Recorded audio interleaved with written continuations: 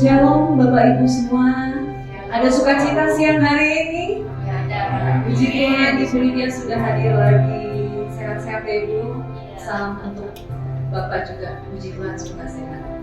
Baik Bapak Ibu semuanya, sukacita ada di tempat ini. Sambil kita menunggu saudara-saudara kita yang mau hadir ke tempat ini, kita doakan mereka tanpa ada halangan apapun, mereka akan tiba, akan duduk semua di tempat ini sama-sama memuji Tuhan bersama kita. Mari kita satukan hati kita sebelum kita mulai ibadah kita siang hari ini. Tuhan Yesus, Engkau Bapa yang baik untuk kami Tuhan. Engkau Bapa yang teramat baik. Terima kasih untuk semua yang Kau berikan kepada kami. Hingga Engkau tibakan kami pada siang hari ini di ibadah kami di Mount Hermon ini Tuhan Yesus. Terima kasih Tuhan Yesus untuk semua kesehatan, semua tidak ada kekurangan apapun dari kami. Tuhan, urapi kami, ampuni kami, dan siapkan hati kami semua untuk mendengarkan firman-Mu nanti Tuhan.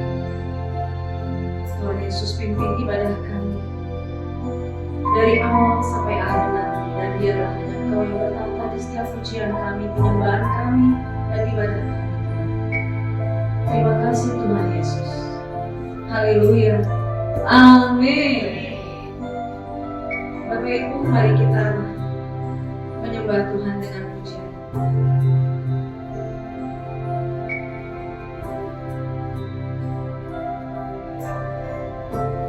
Sifatkan selalu berganti, kasih Tuhan tetap abadi, tak akan berubah sampai selamanya. Ku tetap percaya, ku yakin Tuhan memberkati.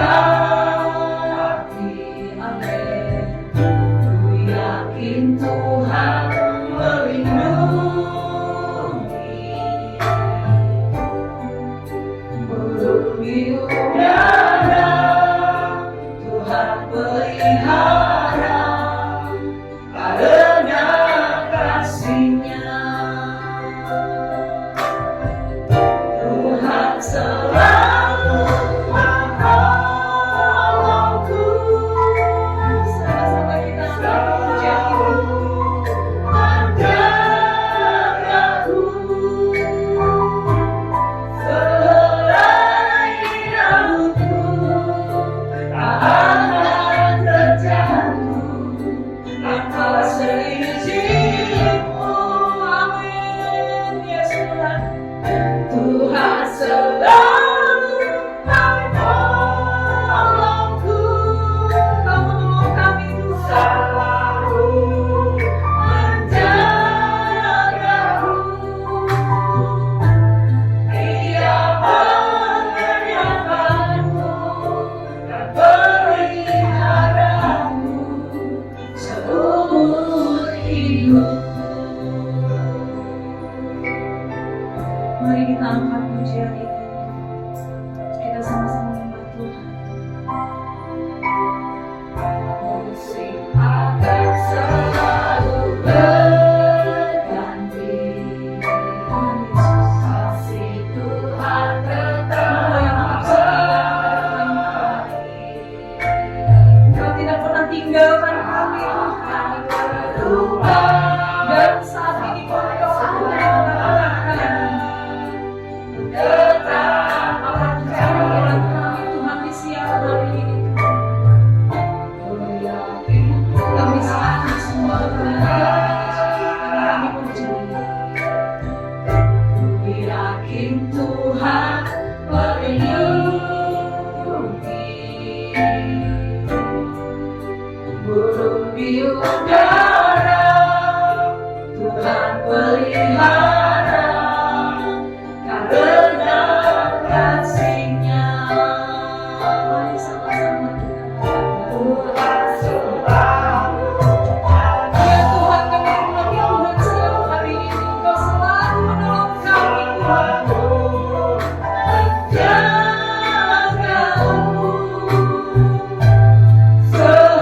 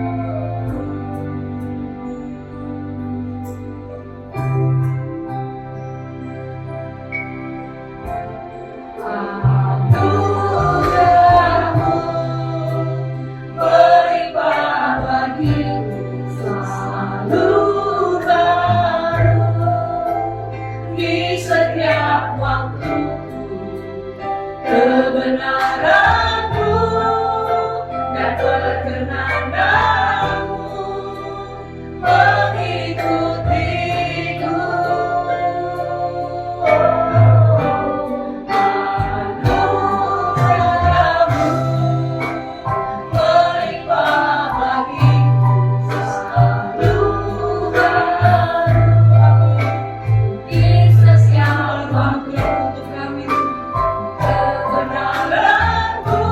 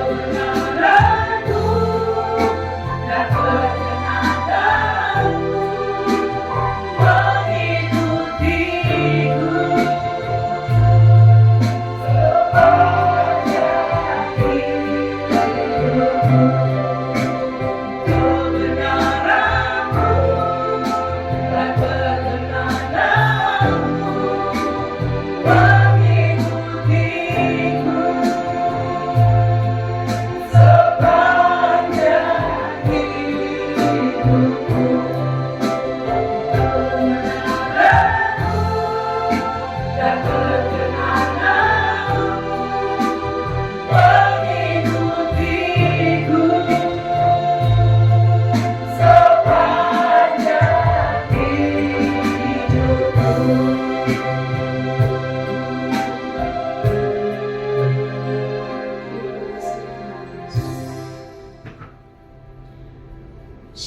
Bapak Ibu semua. Shalom. Tetap sukacita Amin. untuk siang hari ini. Kita berdoa untuk tetap sehat-sehat semua. Amin. Juga untuk teman-teman mungkin yang masih ada di jalan, kita imani mereka sampai di tempat ini. Kalaupun bukan hari ini, Tuhan akan berikan hari-hari berikutnya. Tapi Tuhan berjanji Tuhan tidak akan pernah tinggalkan kita. Tuhan akan tetap setia untuk kita. Sekarang kita yang harus setia dengan Tuhan. Amin. Amin. Bapak Ibu, saya infokan bahwa ibadah kita kalau hari Kamis hanya 1 jam. Jadi jangan khawatir, 1 jam baru kita selesai dan selalu ada berkat, yaitu makan siang yang akan dibagikan. Untuk Bapak Ibu semua yang ada, yang sudah hadir, terima kasih. Nanti kita ikuti ibadah kita dan jangan terburu-buru karena akan ada berkat jasmani rohani lengkap di Mount Hermon ini. Amin. Ada sukacita, mari kita sama-sama ada pujian Tuhan yang lebih semangat lagi. Mungkin Bapak Ibu bisa kami undang untuk sama-sama berdiri. Lebih lagi kita memuji Tuhan. Kita menyembah Tuhan di siang hari ini. Mari kita layakan Tuhan di siang hari ini. Karena Tuhan Yesus sudah bangun.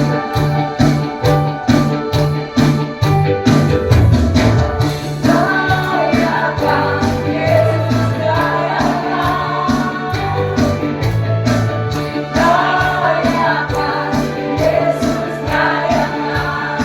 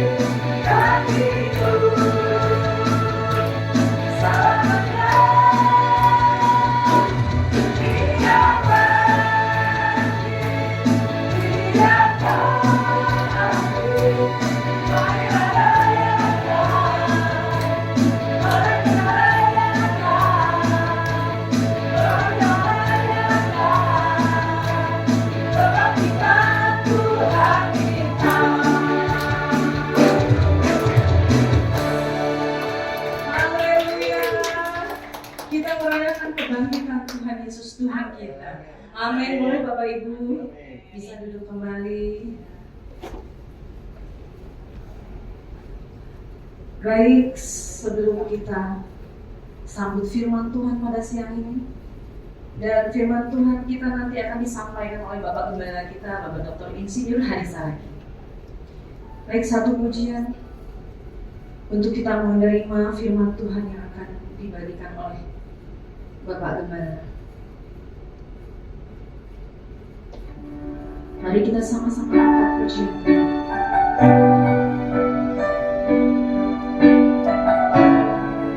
Siang hari ini Tuhan, apapun permasalahan kami, apapun pergumulan kami, Kau tahu yang paling terbaik. Kau yang akan memberi jalan bagi kami.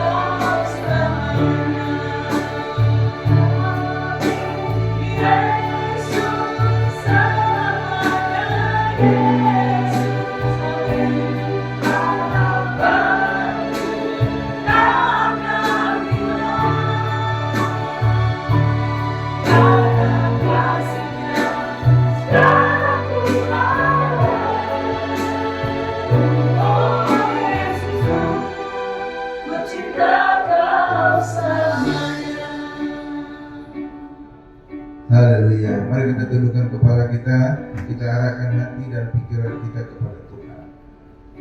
Terima kasih Tuhan Yesus, kami telah diberikan kesempatan untuk memuji, memuliakan nama-Mu Tuhan. Dan sebentar kami akan mau duduk diam, mendengarkan firman-Mu Tuhan. Berfirmanlah bagi kami, agar setiap kami dibekali oleh firman-Mu yang menjadi rema, penuntun di dalam kehidupan kami.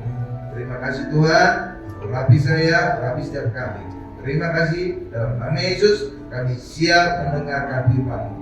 Haleluya, sama-sama kita berkata amin. Silakan duduk Bapak Ibu semua. Haleluya, haleluya, haleluya. Shalom Bapak Ibu, shalom, puji Tuhan. Saya senang berjumpa dengan Bapak Ibu. Apakah Bapak Ibu senang berjumpa dengan saya? Senang dong. Kenapa? Pasti karena akan diberkati. Ya, nah ini masih tentang penguburan Tuhan Yesus Bapak Ibu. Karena ada singkapan yang menarik untuk setiap kita. Iya, karena itulah saya masih berkhotbah tentang kematian Tuhan Yesus. Karena di sini ada satu hal yang luar biasa. Karena itulah judul khotbah kita adalah penguburan Tuhan Yesus. Judul khotbahnya adalah penguburan Tuhan Yesus. Apa judulnya Bapak Ibu? Penguburan Tuhan Yesus. Mari kita buka ayatnya Yohanes 19 ayat 31 sampai dengan 42. Ya, saya kayaknya perlu niru pendeta-pendeta lain gitu Bapak Ibu. Ya, kita baca bergantian.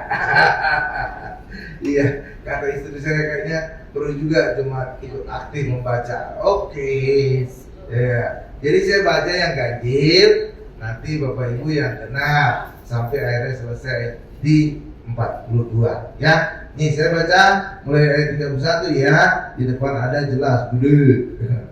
Karena hari itu hari persiapan, dan supaya pada hari Sabat mayat-mayat itu tidak tinggal tergantung pada kayu salib. Sebab Sabat itu adalah hari yang besar. Maka datanglah orang-orang Yahudi kepada Pilatus dan meminta kepadanya supaya kaki orang-orang itu dipatahkan dan mayat-mayatnya diturunkan.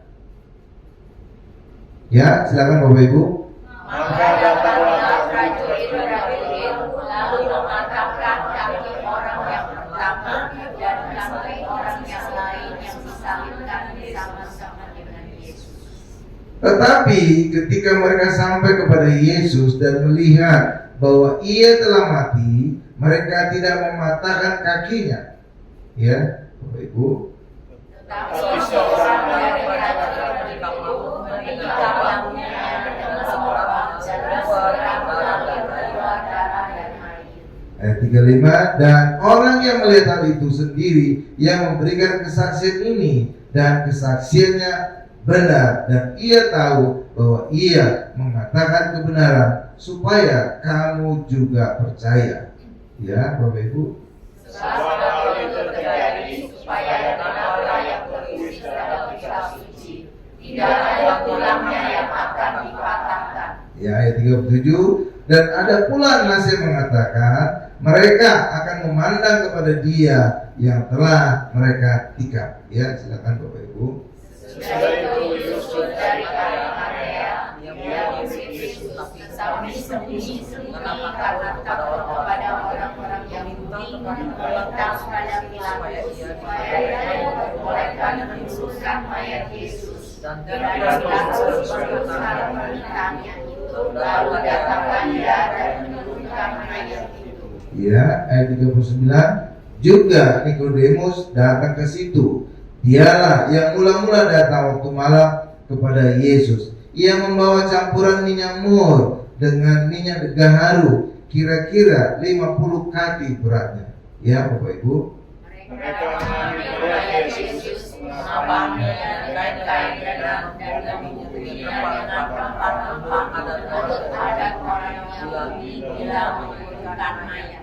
Ayat 41, dekat tempat di mana Yesus disalibkan ada suatu taman. Ya, ada taman ya, Bapak Ibu ingat ya, ada taman ya. Dan dalam taman itu ada suatu kuburan baru yang di dalamnya belum pernah dimakamkan seseorang. Ayat 42 terakhir Bapak Ibu. Karena hari itu hari persiapan orang Yahudi sedang kumpul itu tidak jauh letaknya, maka mereka bersama saya Yesus ke situ. Ya, sekarang lihat kepada saya kembali ke ayat awal Bapak Ibu, Ibu Odi. Nah, jadi begini Bapak Ibu, pada ayat 31 orang Yahudi itu meminta kepada Pontius Pilatus untuk mematahkan kaki orang yang disalib ketika dia masih hidup, kelihatan hidup. Ya, Bapak Ibu. Kenapa harus dipatahkan kakinya? Saudara tahu nggak kenapa dipatahkan kaki orang yang disalib? Karena begini, ketika orang disalib, ya Bapak Ibu ya, kakinya dipaku di sini, maka kaki ini dia pakai untuk mendorong ketika dia bernapas. Gitu Bapak Ibu. Kalau dia tidak mendorong kakinya, maka berat badan itu akan menarik badannya, itu akan menjepit paru-parunya, dia nggak bisa bernapas. Maka dia harus mendorong tubuhnya supaya paru-parunya lembab, supaya dia bisa bernapas. Jadi ketika dipatahkan kakinya, maka dia tidak lagi bisa mendorong kakinya ke atas, tidak lagi bisa paru-parunya mengembang, maka matilah dia, putus napasnya. Gitu caranya Bapak Ibu. Itu kenapa ada harus dipatahkan kakinya. Ya kan? Karena kaki itu dipakai oleh orang yang disalib untuk membantu mereka bernafas. Ya, karena dalam posisi gini Bapak Ibu, itu kayak paru-paru itu kayak kejepit gitu. Jadi nggak bisa bernapas, lega. Jadi harus didorong sama kaki supaya ini agak terangkat, agak longgar, maka paru-parunya bisa ngembang, bisa ngisap udara, bisa bernapas. Tapi ketika kakinya dipatahkan, maka nggak bisa lagi, nah gitu. Maka susah nafas dia, matilah, nggak lama kemudian. Gitu Bapak Ibu. Jadi sadis juga ya, gitu Bapak Ibu. Jadi orang-orang Yahudi itu minta dipatahkan kakinya. Kenapa mereka minta dipatahkan kakinya? Karena dikatakan itu adalah persiapan. Persiapan apa? Persiapan hari Sabat. Pada saat Yesus disalibkan itu hari Jumat. Hari Sabat orang Yahudi hari apa? Sabtu. Sabtu.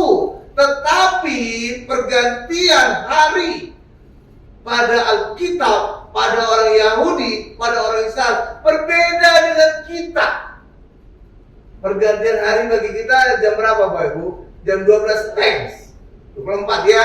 Baru lewat dari 1 menit itu udah hari berikutnya. Tapi bagi orang Yahudi berbeda. Bukan jam 12 malam, tapi jam 6 sore.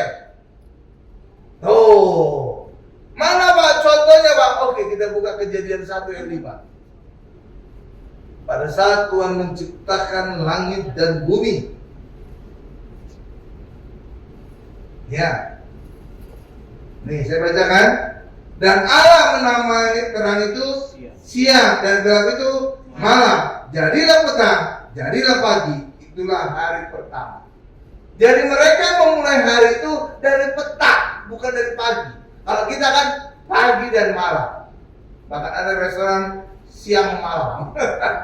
Pagi siang. Pagi sore. Nah, jadi kalau pergantian hari bagi orang Yahudi atau Alkitab itu mulainya dari petang, baru pagi. Petang, pagi. Jadi kalau saudara lihat nanti saat penciptaan yang lainnya, ayat 6 juga demikian. Berfirmanlah, jadilah cakrawala di tengah segala air untuk memisahkan air. Maka Allah menjadikan cakrawala, terus scroll Bu. Ia memisahkan air di bawah cakrawala itu dan air di atas kejadian demikian. Lalu Allah menamai itu cakrawala itu langit, jadilah petang, jadilah pagi. Lihat, pergantiannya mulai dari petang pagi. Itu Bapak Ibu. Jadi pergantian hari bagi orang Yahudi atau Alkitab itu mulai dari petang. Dan petangnya jam 6. Jadi saudara bisa bayangkan pada saat Yesus disalib itu sebenarnya sudah mendekati pergantian hari.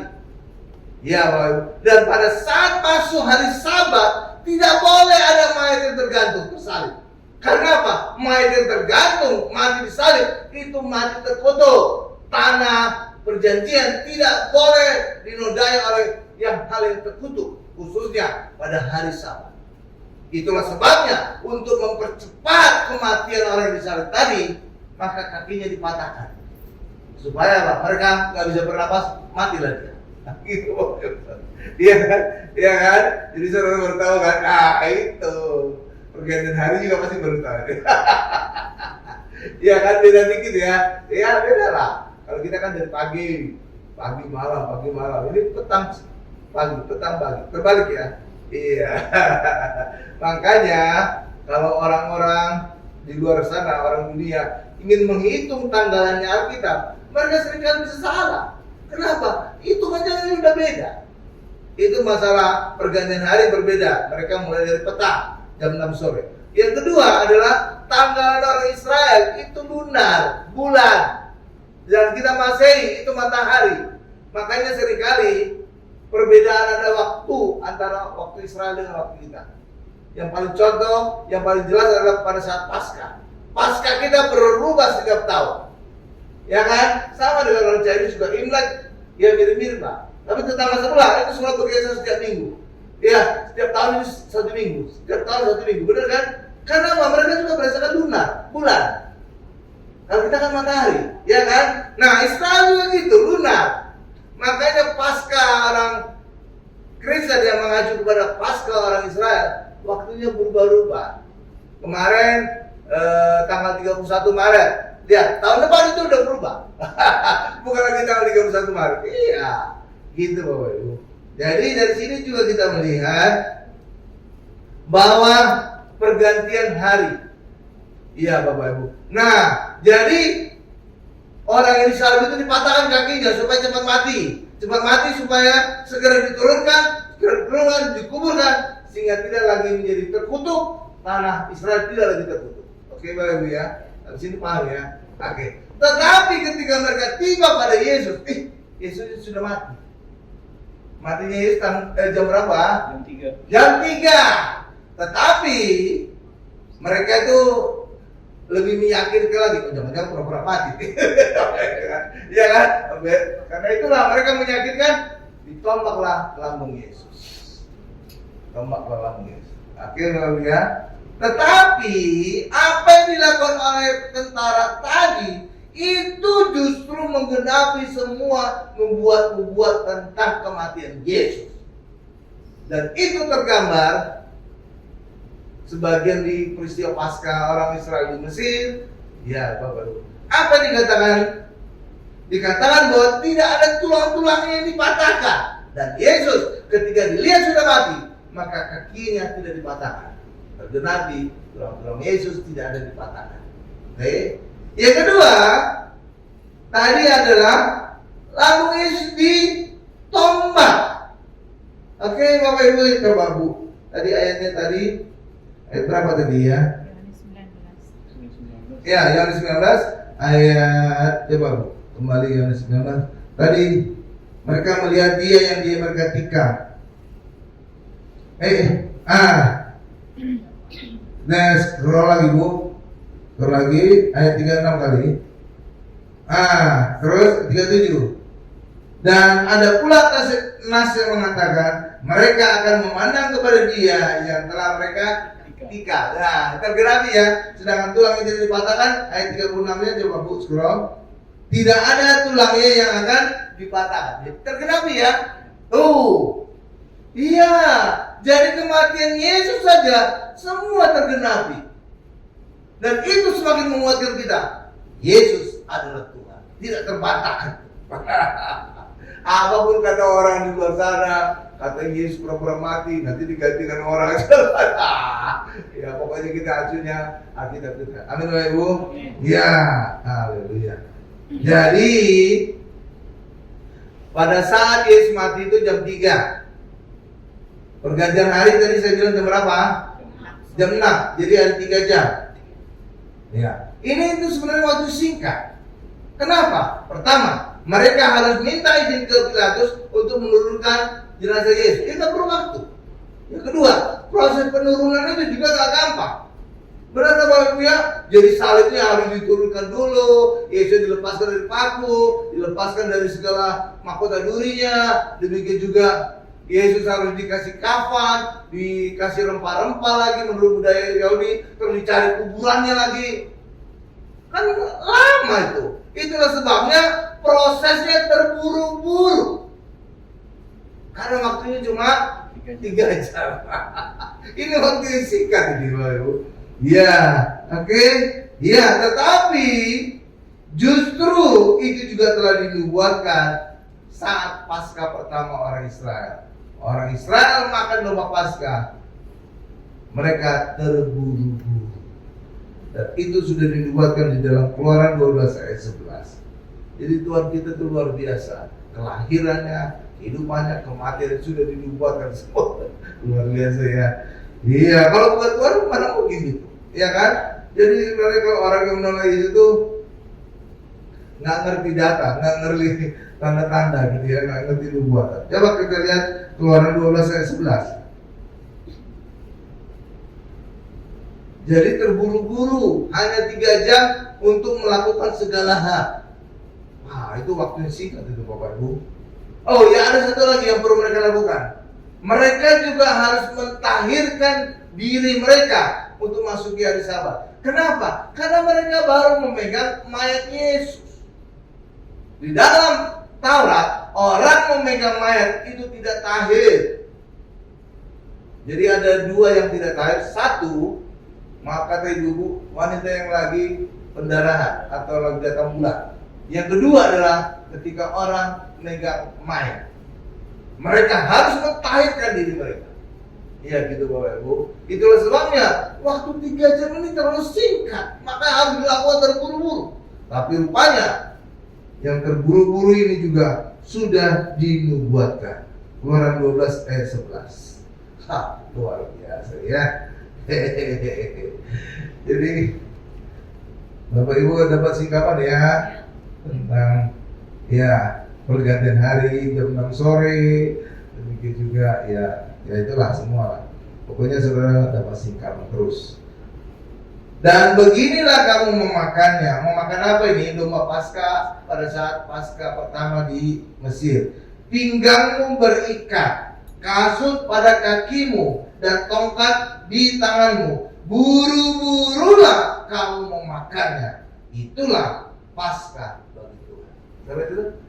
Tuh, jadi sejak Paskah pertama di Mesir sudah terlihat gambarannya terburu-buru. Dan Paskah sebenarnya, domba Paskah sebenarnya siapa? Tuhan Yesus. Itulah sebabnya Yesus mengalami juga terburu-buru ketika semua murid-muridnya yang menangani Yesus. Oke? Nah, jadi salah satu juga yang susah adalah mencari kuburan Yesus. Ya Bapak Ibu, mencari kuburan Yesus. Biasanya orang Israel itu, umumnya orang kaya itu sudah menyiapkan kuburannya. Iya Pak, sama lah seperti kita ya. Kalau kita cukup ada uang, biasanya kita sudah punya kuburan keluarga gitu Pak Ibu ya.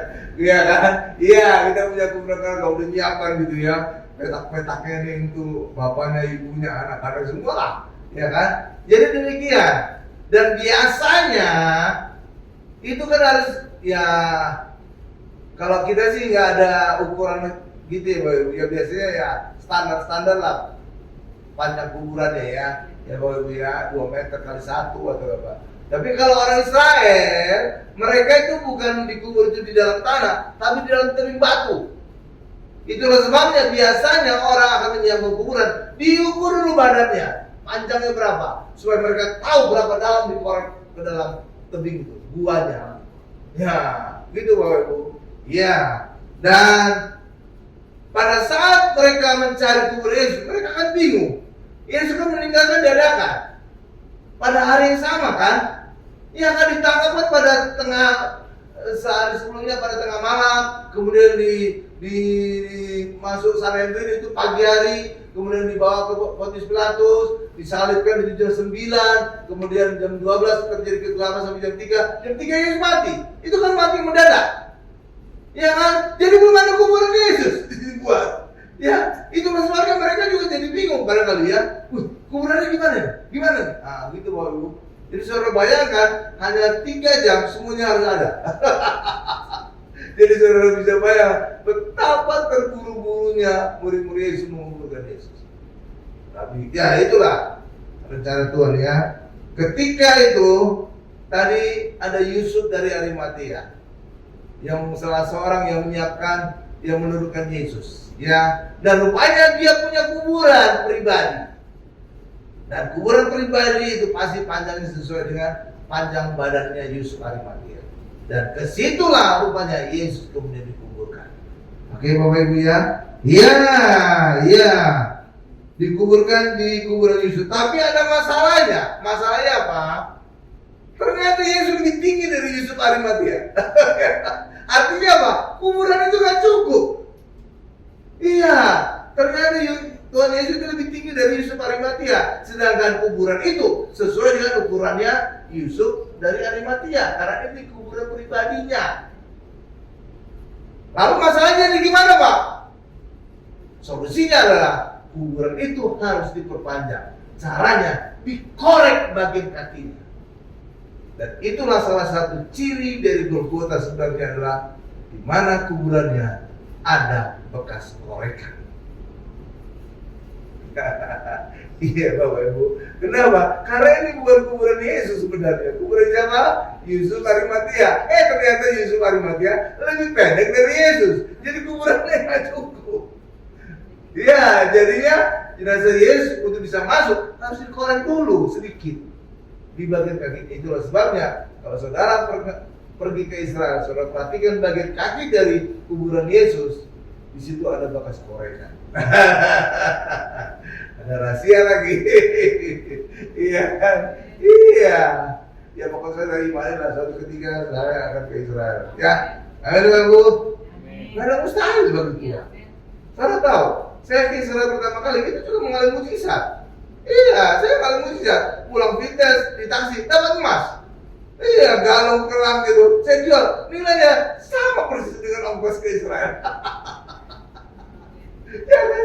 Jadi bagi saudara, tapi saudara jangan setiap naik taksi lihat takunya ada 3. Ada gitu teman saya cerita, setiap kali taksi dia lihat takunya. Aduh, itu kan mujizat Tuhan nggak bisa terulang, bisa aja dengan cara lain. Amin. Iya, apa susahnya misalkan menggerakkan seseorang yang kaya mengongkosi kita, bisa. Ada tuh dulu, ada jemaat di gereja saya lama, dia suka ini, dia cukup kaya, pimpinan di Ancol, Jaya Ancol. Nah, dia suka ini membiayai pendeta di daerah-daerah untuk ke Israel gitu, Bapak Ibu. Iya, iya kan? Ya, siapa tahu kan, kalau bisa dibiayai ada orang gitu. Iya, kita nggak bisa tebak cara Tuhan. 1 juta cara bisa dibuat oleh Tuhan. Amin. Dia menciptakan langit dan bumi, segalanya bisa dilakukan. Oke. Nah, di Israel, kalau kita ke Israel, itu ada 2 versi, ada dua Golgota. Iya, Bapak Ibu. Ada 2 Golgota. Satu adalah Golgota yang ada gereja makam kudus. Nah, ini adalah Golgota versi orang Katolik. Dan gereja makam kudus ini adalah ujung akhir dari jalan Via Dolorosa. Via Dolorosa itu artinya Via itu jalan, Dolorosa penderitaan. Jadi Via Dolorosa jalan penderitaan Yesus, atau sering juga disebut jalan salib. Nah, jalan salib Yesus itu mulai dari Yesus divonis mati, memikul salib terus berjalan. Ujungnya itu ada 14 stasi, 14 perhentian. Ujungnya itu adalah gereja makam kudus. Dan ini adalah versi gereja Katolik. Setiap Jumat ada gereja Katolik di Israel yang selalu melakukan Via Dolorosa. Sedangkan Golgota yang kedua, versi kedua adalah di Garden Tomb atau taman kuburan. Dan ini adalah miliknya orang Kristen Protestan. Ya, ada 2 Bapak ya, ada 2. Ya, kalau di gereja makam kudus kita nggak bisa ikut ibadah di situ. Ramainya minta ampun. Ya sempit, ya hati-hati copet. Iya di sana juga boleh copet. Jangan kan di Israel, di Eropa aja saya pernah kecopet. Lagi ikut terus di Eropa dicopet. Ya mereka ya yang mulai kita gitu. Lagi di lagi di supermarket gitu ya, mereka coba mepet kita gitu, rombongan mereka mepet. Rupanya itu ngambil itu, ya ngambil mainannya anak saya, ya PSP, gamenya anak kecil itu hilang. Aduh, lihat juga itu harus diadu sama copetnya Indonesia. Ya Bapak Ibu ya. Ya, sedangkan kalau di taman kuburan atau garden tour itu cukup luas dan terbuka. Jadi biasanya orang diizinkan untuk melakukan ibadah di situ. Saya 2 kali ibadah di situ, 2 kali. Saya pernah ke Israel 4 kali, saya pernah 2 kali ibadah di garden tour. Ya Bapak Ibu. Nah, jadi saya tahu lah Bapak Ibu ya, tahu persis. Nah, dari 2 Golgota ini, satu versi Katolik, satu versi Protestan. Mana Pak yang mendekati kenyataannya? Mana Pak yang benar-benar Golgota? Ya, saudara tinggal lihat aja di Alkitab ciri-ciri dari Golgota yang disebutkan oleh Alkitab. Itu aja gampangnya. Iya, jadi bukan kita melihat ini Katolik, ini Protestan. Enggak. Kita lihat aja ciri-ciri yang dipenuhi oleh 2 tempat ini.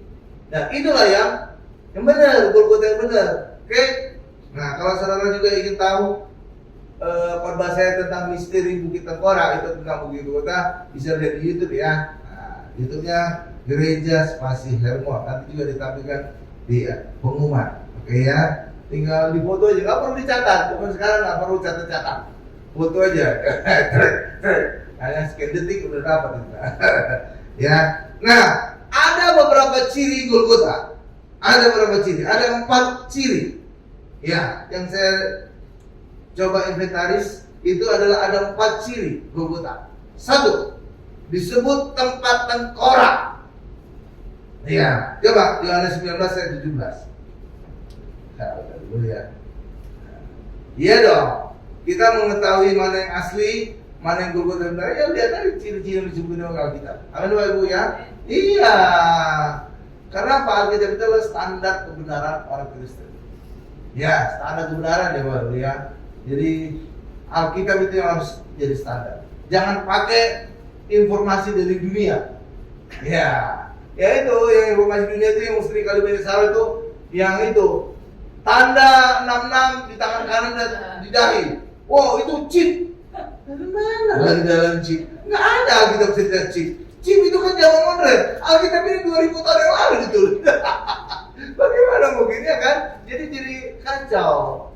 Jadi jangan hal dunia ditaruh ke dalam Alkitab untuk menjelaskan Alkitab. Enggak. Alkitab bisa menjelaskan dirinya sendiri. Tinggal mengkaitkan ayat-ayat sebelumnya, ketemu jawabannya. Oke ya? Iya. Coba kita sekarang lihat ciri pertama Golgota. Disebut tempat tengkorak. Yohanes 19 ayat 17. Bisa bacakan? Sambil memikul salibnya, ia pergi keluar ke tempat yang bernama tempat tengkorak, dalam bahasa Ibrani Golgota. Tadi malam ketika nyiapin pemain, saya pikir-pikir, kenapa tempat ini disebut tempat tengkorak? Mungkin adalah karena tempat itu ada tebingnya yang berbentuk tengkorak. Iya Bapak Ibu, dan tebingnya ada bentuk tengkorak itu adanya di taman kuburan, di garden tomb yang punya orang Protestan. Jangan-jangan karena itulah Golgota yang disebut juga tempat tengkorak. Iya, tetapi saya pernah jelaskan juga di misteri Bukit Tengkorak, itu adalah tempat tengkoraknya Goliat. Iya, tapi bisa saja karena memang bentuknya seperti tengkorak, maka disebut juga Bukit Tengkorak. Oke Bapak ya? Ya. Coba Bu bisa tampilkan ada gambar tengkoraknya? Masih punya ada Ibu gambarnya? Cari dulu. Oh, dicari dulu. Berapa jam Bu? Ya udah. Ya nanti, ya udah, nggak usah. Pokoknya saya percaya aja ya. Lihat di YouTube. Nah, lihat di YouTube aja. Saya ada gambarnya ya di YouTube tentang khotbah misteri Bukit Tengkorak. Oke. Yang kedua, ciri Golgota adalah berada dekat kota. Harus dekat kota atau di luar kota. Bukan di dalam kota ya, tapi di luar kota atau dekat kota istilahnya. Yohanes 19 ayat 20. Coba kita lihat. Nih, saya bacakan. Banyak orang Yahudi yang membaca tulisan itu, sebab tempat di mana Yesus disalibkan letaknya dekat kota. Kalau dekat kota artinya apa Bapak Ibu? Di luar kota. Kalau di dalam kota tinggal itu saya di dalam kota gitu ya Bapak Ibu ya. Ya kan? Dekat kota. Dan kata-kata itu tertulis dalam bahasa Ibrani, bahasa Latin dan bahasa Yunani. Oke? Nah, kalau kita lihat, kita cek kepada Golgota versi Katolik, Golgota versi Protestan, yang berada di luar kota itu yang mana? Ternyata itu Garden Tour, itu di luar kota. Sampai sekarang ada di luar kota, persis dekat kota. Ya, hanya dipisah jalan dengan tembok Yerusalem. Ada jalan besar, nah itu sebelah situ Garden Tour, sebelah sini tembok Yerusalem, kota Yerusalem. Iya, cuma dipisah jalan. Sedangkan Golgota versinya orang Katolik yang ada gereja Makam Kudus itu ada di dalam kota. Buktinya di dalam kota, sekitar dari gereja itu banyak rumah-rumah kumuh, banyak rumah-rumah zaman dahulu. Dan kalau ada rumah, itu pasti ada di dalam kota. Iya, karena tembok kota itu bisa melindungi rumah-rumah yang ada di dalam kota. Iya kan? Iya. Jadi yang memenuhi syarat adalah Garden Tour. Jadi sudah 2 yang dipenuhi oleh Garden Tour atau taman kuburan. Yang ketiga, bukti yang ketiga, ciri ketiga adalah dekat taman. Nah, tadi saya minta diulang ada kata tamannya. Yohanes 19 ayat 41. Coba kita lihat. Yohanes 19 ayat 41. Jadi kita objektif menilai mana Golgota sebenarnya. Bukan karena saya orang Katolik, pasti saya harus dukung yang Katolik. Saya orang Protestan, saya dukung Protestan. Enggak, kita pakai ciri-ciri yang disebutkan oleh Alkitab. Oke ya, jadi objektif. Kalau masalah saudara denominasi mana itu terserah saudara. Tapi kalau kita ingin menilai mana Golgota sebenarnya, ini harus memenuhi syarat. Oke, lihat ya, Yohanes 19 ayat 41. Nih, dekat tempat di mana Yesus disalibkan ada suatu taman, dan dalam taman itu ada suatu kuburan baru yang di dalamnya belum pernah dimakamkan seseorang. Dan yang ada taman itulah di Garden Tour. Makanya namanya juga Garden Tour, taman kuburan. Iya kan? Kalau yang satunya lagi gereja Makam Kudus, nggak ada taman situ. Itu rumah penduduk padat. Iya Bapak Ibu, iya. Jadi sudah dipenuhi 3 ciri. Saya pokoknya evaluasi secara objektif. Saya tidak berpihak kemanapun. Oke? Ya, kita harus gitu dong. Jangan dulu ya.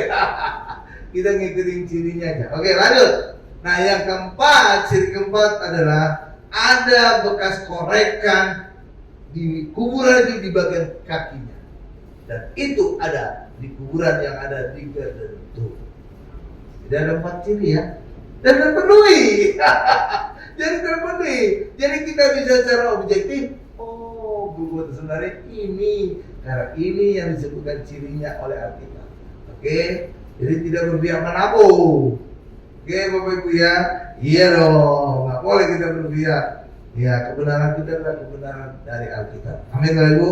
Nah, dari 4 ciri ini ternyata yang memenuhi semua ciri ini adalah hanya taman kuburan atau Garden Tour yang punya Kristen Protestan. Ya Bapak Ibu. Ya. Oke ya Bapak Ibu ya. Oke. Jadi berdasarkan ciri ini saya nggak berpihak manapun. Oke. Nah, berikutnya kita kan singkat ini ya kabarnya. Maka ini saya juga singkat ini. Tuhan Yesus dikubur. Ada berapa hari Tuhan Yesus dikubur? 3 hari. Jumat Yesus mati dikubur. Ya, dikubur itu hari Jumat Yesus. Kenapa? Sebelum jam 6 Yesus sudah dikubur. Artinya terhitung hari Jumat. Oke. 1. Yesus bangkit hari apa? Minggu. 3 hari pas kan?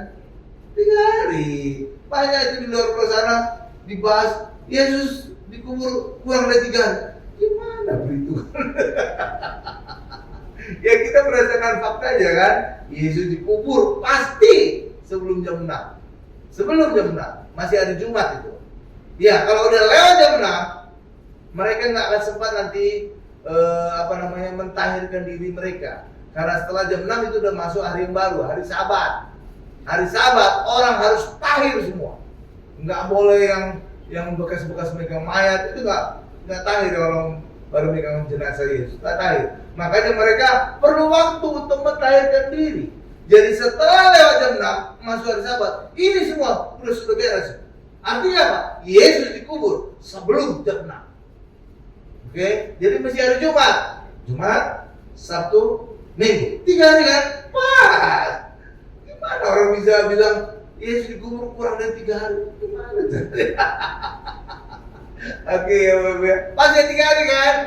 Dan itu sesuai dengan nubuatan Tuhan Yesus, bahwa sebagaimana Yunus ada di perut ikan 3 hari, demikian juga anak manusia akan dikubur 3 hari. Ayatnya Pak, oke. Matius 12 ayat 39 sampai dengan 40. Iya dong. Sorry saya nggak pakai kaos kaki. Kelihatan nggak saya nggak kaos kaki? Ya. Biasanya itu simbah saya, mamanya Umar ya, pakai kaos kaki saya. Inilah kerepotannya kalau orang udah bucin, udah gendut. Bangsa kaos kaki ini udah setengah mati gitu. Ngap gitu rasanya gitu. Iya. Aduh. Gunting kuku juga. Aduh, repot itu urusan. Gunting kuku kaki gitu. Jadi harus manicure kan. Iya. Itulah repotnya orang bucin ya. Kalau dulu saya masih langsung, wah itu mantap cepat itu mah. Sambil berdiri juga diri bisa sakit. Sekarang, aduh, malum lah. Ini bukan 6 pack ini, 1 pack. 1 pack bucin. Ya Bang, Matius 12 ayat 50 sudah sana nih saya bacakan ya. Tetapi jawab Yesus kepada mereka, angkatan yang jahat dan tidak setia ini menuntut suatu tanda, tetapi kepada mereka tidak akan diberikan tanda selain tanda Nabi Yunus. Lanjut ke ayat 40-nya. Sebab seperti Yunus tinggal di dalam perut ikan 3 hari 3 malam, demikian juga anak manusia akan tinggal di dalam rahim bumi 3 hari 3 malam. Oke Bapak Ibu ya. Oke? Iya. Ya. Oke? Iya itu. Jadi itu ya Bapak Ibu ya. Jadi 3 hari Yesus seperti juga Yunus di perut ikan. Oke? Nah, Yesus kemudian bangkit pada hari ketiga. Ya, Yesus adalah kebangkitan dan hidup. Benar Bapak Ibu? Itulah sebabnya dimanapun Yesus berada, ketika di situ ada kematian, semuanya akan bangkit. Pada saat Yesus masih hidup, masih pelayanan, ketika ketemu anak Yairus yang mati, anak Yairus dibangkitkan. Ketika ketemu pemuda yang sedang digotong ke kuburan, Yesus membangkitkan dia. Ketika ketemu Lazarus yang sudah mati 4 hari, Yesus ada kebangkitan hidup, Lazarus dibangkitkan. Jadi dimanapun Yesus berada, di mana ada kematian, di situ akan ada kebangkitan. Hal yang sama juga dalam kehidupan kita. Ketika kita selalu mengundang Yesus dalam kehidupan kita, kebangkitan dari hidup itu, maka apapun yang mati di hidup kita akan dibangkitkan. Mungkin kita mati secara keluarga, hubungan kita mati, sudah adem, sudah dingin. Undang sama Yesus, keluarga kita akan menjadi hidup kembali, hangat kembali. Ketika pekerjaan kita, usaha kita sudah mati, sudah redup, undang Yesus, maka usaha kita akan kembali dibangkitkan dan hidup kembali. Apapun yang mati dalam kehidupan kita, hubungan kita dengan orang lain yang mati, undang Yesus, maka apapun yang mati itu akan dibangkitkan dan hidup kembali. Oke? Karena Yesus adalah kebangkitan dan hidup. Bahkan ketika Yesus mati dan dikuburkan, Yesus masuk ke dunia orang mati. Orang-orang mati juga hidup. Iya Bapak Ibu. Jadi ketika ditanya berapa orang yang dibangkitkan Yesus, jangan jawab 3 orang. 3 orang ketika Yesus masih hidup, ketika Yesus belum mati. Tetapi ketika Yesus mati, justru lebih banyak orang yang dibangkitkan. Iya. Mana Pak buktiannya? Oke, kita lihat. Matius 27 ayat 52 sampai dengan 53, dan ini menjadi ayat terakhir kita. Oke, iya dong.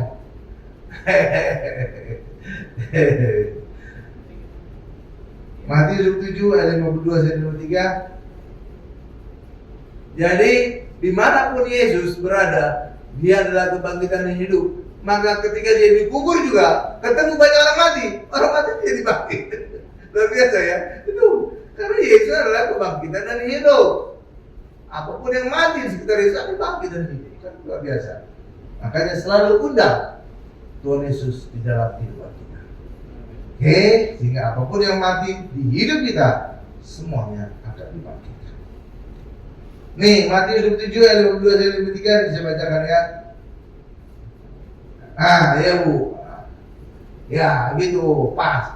Jangan sampai baca di scroll, jadi bingung nanti dulu. Iya, tapi kalau dari 2 ayat ini oke lah. Langsung dapat gitu.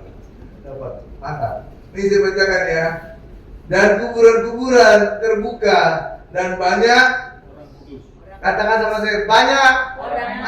Banyak, bukan 3 orang ya. Banyak. Orang-orang kudus yang telah meninggal bangkit. Oh, iya. Lihat juga yang lebih dasar lagi. Dan sesudah kebangkitan Yesus, mereka pun keluar dari kubur, lalu masuk ke kota kudus dan menampakkan diri kepada banyak orang. Orang bisa takut nggak itu? Bapakku muncul. Bapakku, ya kan? Iya kan, bisa aja ada saudara-saudara yang mesti hidup di kota itu kan? Di kota Yerusalem, itu kota kudus itu kota Yerusalem. Iya, tuh. Jadi bukan hanya 3 orang yang dipakai Yesus. Amin. Ketika Yesus masih hidup sebelum mati, sebelum disalibkan, benar 3 orang. Tetapi pada saat Yesus mati, justru lebih banyak lagi yang Tuhan Yesus bangkitkan. Dan ketika Yesus bangkit, semua yang bangkit tadi keluar dari kubur, menambahkan diri. Aku ini opungmu, aku ini omaku. Pada ngacir gak? Ya, menambahkan diri loh mereka. Iya. Karena itulah bagi kita hari ini, dimanapun Yesus berada, Yesus adalah kebangkitan dan hidup. Itulah sebabnya selalu undang Yesus. Maka apapun yang mati di hidup kita akan bangkit dan hidup. Ya Bapak-Ibu, saya simpulkan khotbah kita nih. Di saat Tuhan Yesus mati juga menggenapi banyak nubuat. Ya, jadi tulang Yesus tidak dipatahkan, Yesus ditombak, dan ini semakin membuktikan Yesus adalah Tuhan. Amin. Mari Yesus, maka kita akan mengalami banyak hal yang luar biasa. Kita tundukkan kepala kita. Terima kasih Tuhan untuk firman-Mu hari ini. Setiap kami hari ini diajar secara luar biasa tentang penguburan Tuhan Yesus. Hari ini kami belajar bahwa pada saat Yesus disalibkan itu hari Jumat, akan memasuki hari Sabat. Itulah sebabnya orang-orang yang di kiri kanan Yesus disalibkan itu harus dipatahkan kakinya agar mereka mengalami kematian, agar mereka bisa diturunkan. Karena terkutuk orang yang tergantung pada kayu salib.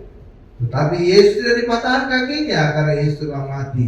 Tetapi Yesus ditombak. Justru itu menjadi penggenapan akan firman yang menubuatkan tentang Yesus tidak ada tulang dipatahkan dan Yesus ditikam.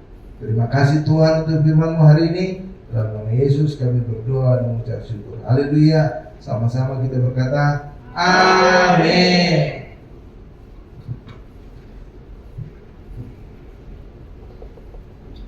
Amin, puji Tuhan.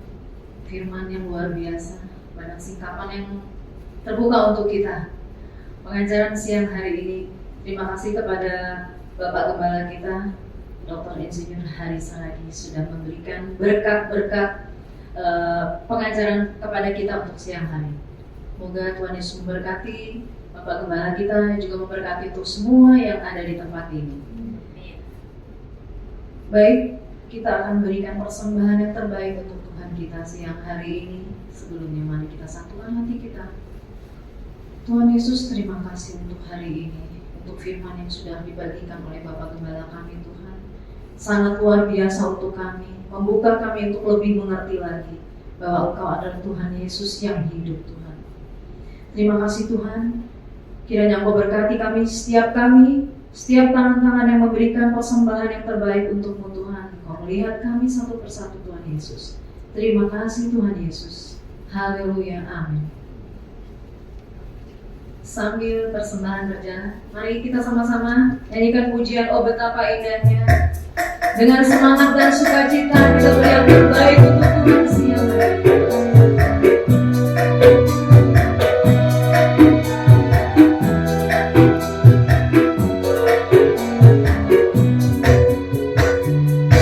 Oh betapa indahnya, dan betapa eloknya, bila saudara seiman di dalam persatuan. Oh betapa indahnya, dan betapa eloknya, bila saudara seiman hidup dalam persatuan. Katakan sama-sama, mereka dan punya curahnya seperti ombak yang berlimpah, berkali terukir Sion. Sana mari kita tahan Tuhan, akan kata-kata curah kehidupan untuk selama. Oh betapa indahnya, oh betapa kita paham, dan kecandukan curahnya seperti ombak yang berlimpah, berkali terukir Sion. Satu hari kita tahan Tuhan, akan kata-kata curah kehidupan untuk selama. Oh betapa indahnya, oh betapa indahnya, oh betapa indahnya.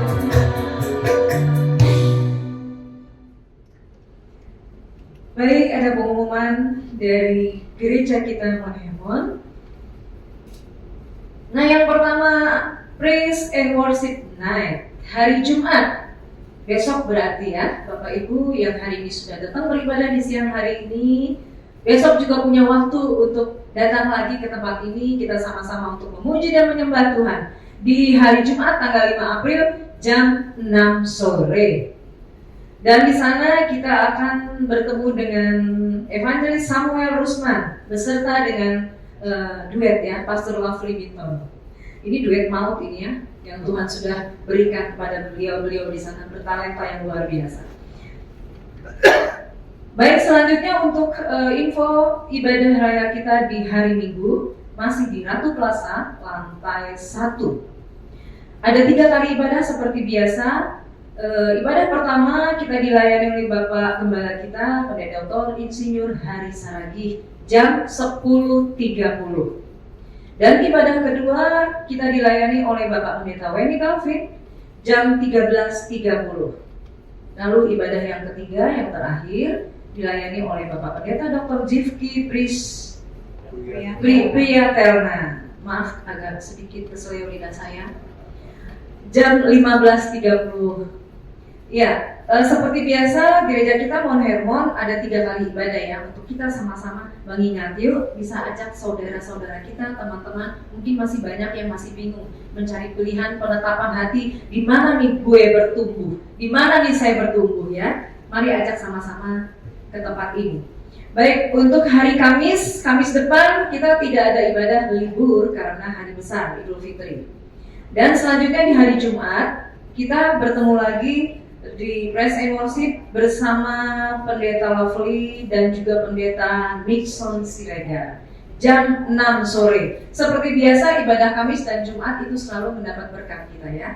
Di hari ini, di hari Jumat ada makan malam. Puji Tuhan ya. Ya, kita tetap semangat. Dan selanjutnya, nah ini lebih semangat lagi. Mungkin bisa kita membagikan semua info-info ini kepada saudara-saudara, teman-teman, maupun di sosial media kita masing-masing. Di sini ada Bromo. Saya ngobrol agak cepat sedikit ya, karena waktunya ya. Mohon maaf ya Ibu Kak Odi. Ya. Bromo di sini obrolan di Mount Hermon. Iya, tidak menutup kemungkinan ya bahwa gereja kita pun bisa berbicara seperti ini, tapi tidak di luar Tuhan, tetap dengan konsep Tuhan. Seperti Pak Gembala bilang, tidak jauh dari konsep Tuhan. Hari Sabtu tanggal 20 April, catat tanggalnya 20 April jam 11 sampai jam 1 siang. Nah, ini temanya beradaptasi di era digital. Masih di Ratu Plaza lantai 1 ya. Jadi kita sama-sama mendoakan tetap Ratu Plaza adalah tempat kita untuk mengembangkan apapun yang Tuhan mau untuk kita semua. Dan selanjutnya ada masih di Bromo, ada 2 kali di Bromo.